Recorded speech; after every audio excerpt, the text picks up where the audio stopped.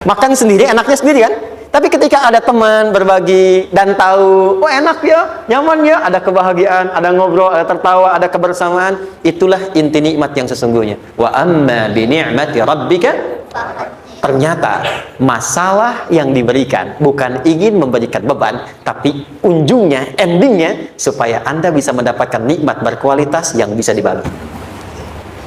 Maka di situ akan dijawab langsung oleh Allah, ma wadda'aka rabbuka wa ma qala. Hambaku, sepanjang engkau mendekat kepadaku, maka yakinkan dalam dirimu, situasi apapun yang kau rasakan, aku tidak akan pernah meninggalkan. Sudah? Satu? Paham sampai sini? Oke. Pelan-pelan ya. Saya belum bicara caranya. Saya baru bicara di awal motivasinya. Dekati Allah dulu, nanti caranya didetilkan di surah Al-Insyirah. Teruskan. Ma wadda'aka rabbuka wa ma qala walal akhiratu khairul laka minal. Perhatikan, hei, seberat-berat bebanmu saat ini, ingat, satu saat akan tuntas. Dan ini pun ujian. Kalau sudah meninggal, gak ada ujian lagi. Dan nanti kehidupan yang sekarang, apapun yang kau pertentangkan, perdebatkan, perselisihkan, itu semua akan ditinggalkan. Jadi ternyata Allah mengungkap hakikat kehidupan dunia. Apapun yang diperselisihkan, tuh unik ya. Orang berselisih pada yang akan ditinggalkan. Aneh nggak? Ada orang berebut makanan, ya kan? Rebutan sampai berkelahi dan sebagainya. Pada akhirnya, makanan yang diperebutkan itu pun akan ditinggalkan. Yang ini meninggal, itu meninggal. Jadi memperebutkan sesuatu yang pada akhirnya akan berakhir. Kata Allah, Allah sampaikan, jika Anda mengalami situasi, sesuatu yang mungkin membuat berat, tanamkan pada jiwa kita, hei, yang aku kejar-kejar ini, boleh jadi aku akan tinggalkan juga. Kenapa aku harus menangisi dan larut pada sesuatu yang tidak abadi? Maka Allah hibur kita dengan mengatakan, kamu tenangkan diri dulu. Semua yang kamu pikirkan sampai membuat kamu berat begini, pada akhirnya kamu tinggalkan. Dan yang abadi itu akhirat. Walal akhiratu khairul laka minal. Dua, pelan-pelan sikapi setiap masalah dengan proporsional. Jangan terlalu larut dalam sesuatu. Dapat job satu, pengen, udah siap, kontraknya besar, tiba-tiba hilang. Dipikirin, Anda mikirkan itu pun nggak akan balik. Proporsional aja dulu. Ya, nanti caranya akan turun nanti di Al-Insyirah. Tenangkan diri dulu. Prasangka baik kepada Allah Subhanahu wa Ta'ala. Boleh jadi apa yang Allah ingin berikan sebagai pendahuluan sekarang belum sampai kepada kita karena Allah menyiapkan yang lebih baik di balik itu. Kita belum tahu ada apa di balik itu sehingga kita tidak dapatkan itu. Sehingga kemudian Allah katakan walal akhiratu khairul laka minal ula. Teruskan, wala saufa yu'tika rabbuka. Pelan-pelan, orang yang punya sikap seperti ini itu cenderung lebih dekat mendapatkan ridha Allah dibandingkan dengan orang-orang yang larut dalam kesulitan. Orang yang move on dengan setiap persoalan dalam kehidupan, cepat berpikir secara proporsional, tidak menggantungkan hidupnya pada persoalan tertentu sehingga membuat dia menjadi beban, itu lebih mendekatkan dirinya kepada ridha Allah dibandingkan dengan orang yang meratapi persoalan hidupnya. Ya. Pelan-pelan. Jadi spiritnya, kalau punya masalah apapun, jangan dilarutin terus. Gak usah diratapi, cepat move on.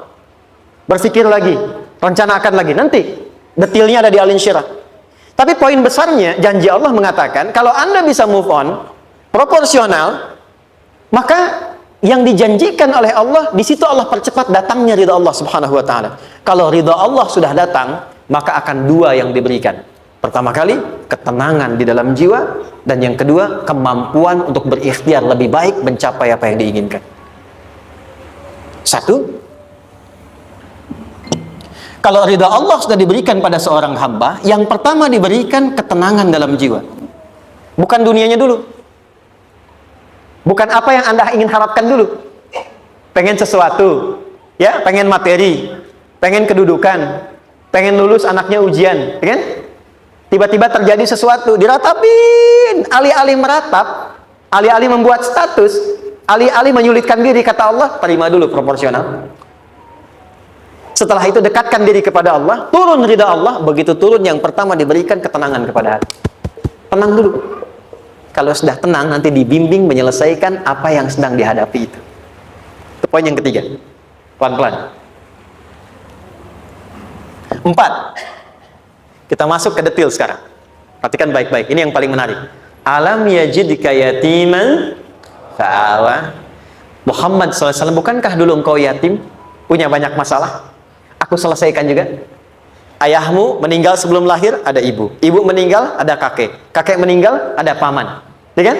Ada teman yang menemani Sayyidah Khadijah. Teman yang setia. Semua kebutuhan tersedia. Artinya Pak, perhatikan baik-baik. Kalau Anda punya masalah sekarang, jangan sampai melupakan yang dulu-dulu pun pernah tuntas Allah selesaikan.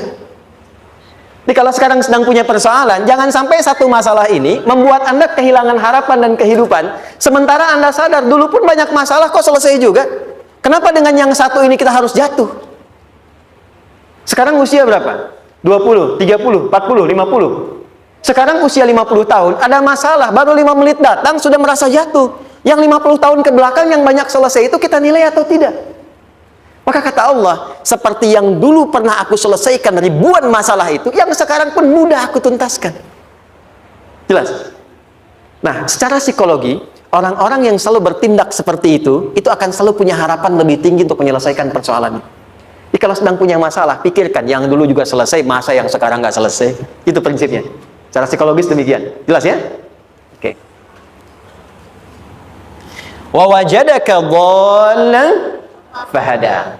Muhammad, dulu engkau pernah mengalami melihat masyarakat banyak berbuat yang tidak baik, aku berikan petunjuk. Kuncinya fahada di situ. Orang yang punya motivasi kuat dan keyakinan untuk bisa menyelesaikan persoalannya, maka dia akan lebih cepat mendapatkan petunjuk Allah untuk mendapatkan solusi terbaik. Ada sini. Saya agak cepat ya, mohon izin.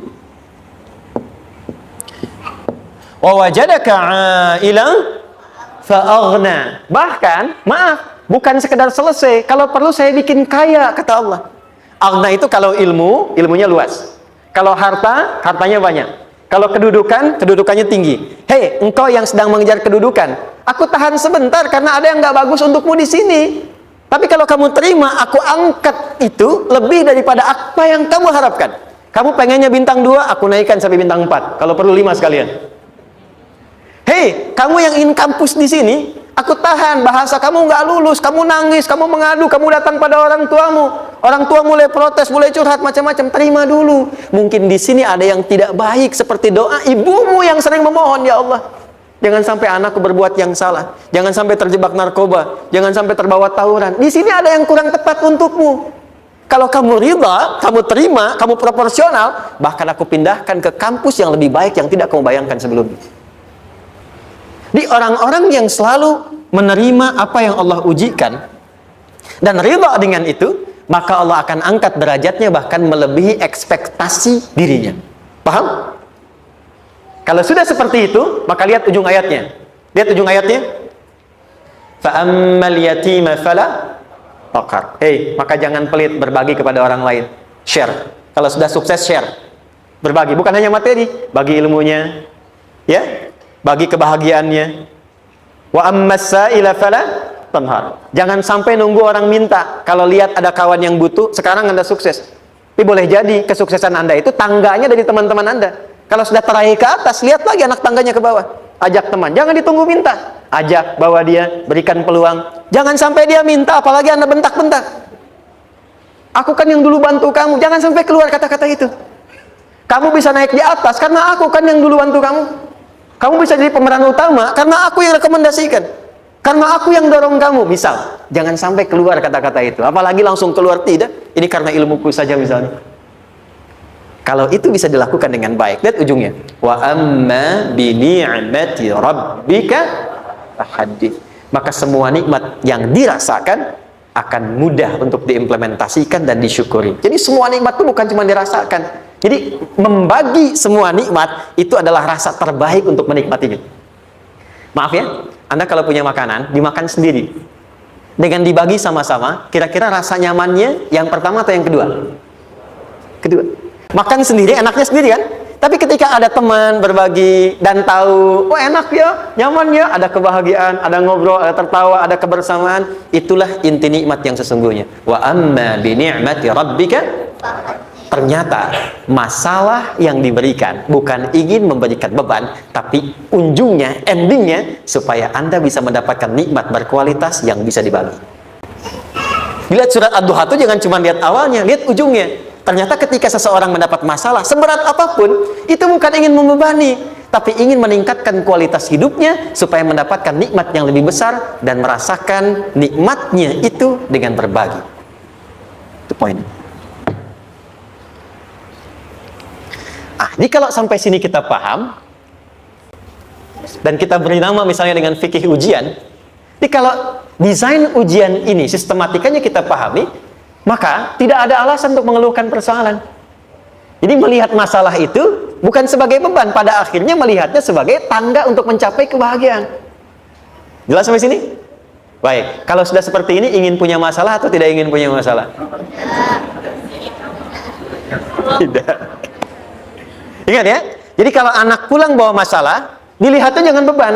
Oh, Allah ingin menaikkan kualitas pada anak saya, yang dengan itu menjadikan ia mendapatkan nikmat yang belum pernah didapati. Kalau rumah tangga sedang ada masalah, jangan banyak diperseterukan, tapi direnungkan sejenak. Oh, Allah ingin meningkatkan kualitas rumah tangga ini, sehingga kita bisa mendapatkan nikmat yang tidak pernah didapati sebelumnya. Makanya nikmat berumah tangga itu yang terbesar, selalu bertambah ketika menyelesaikan masalah. Silahkan cek. Kalau sedang ada masalah, berseteru kan? Tapi setelah selesai, kan jadi lebih nikmat ya? Ya? Lebih senang lagi, lebih cair lagi, lebih bahagia lagi, lebih mendukung lagi. Ternyata ada nilai-nilai kebaikan yang tersimpan yang belum disadari sepenuhnya. Pertanyaannya, kadang-kadang mudah diucapkan, tapi tidak mudah mempraktekkan. Bagaimana itu semua bisa ditempuh dengan baik, sehingga ketika mengalaminya, kita bisa tenang menghadapinya. Maka turunlah surah Al-Insyirah.